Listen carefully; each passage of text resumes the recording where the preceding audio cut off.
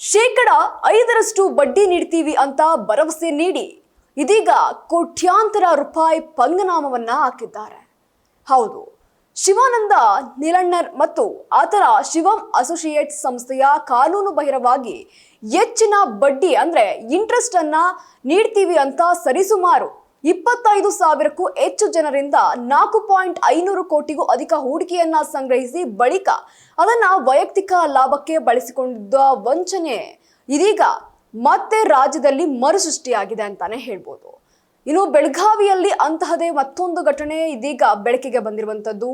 ಆದಿತ್ಯರಾಜ್ capital private limited ಕಂಪನಿಯ ಮೇಲಿನ ವಂಚನೆಯ ಬಣ್ಣ ಇದೀಗ ಬಟಾಬಯಲಾಗಿದೆ.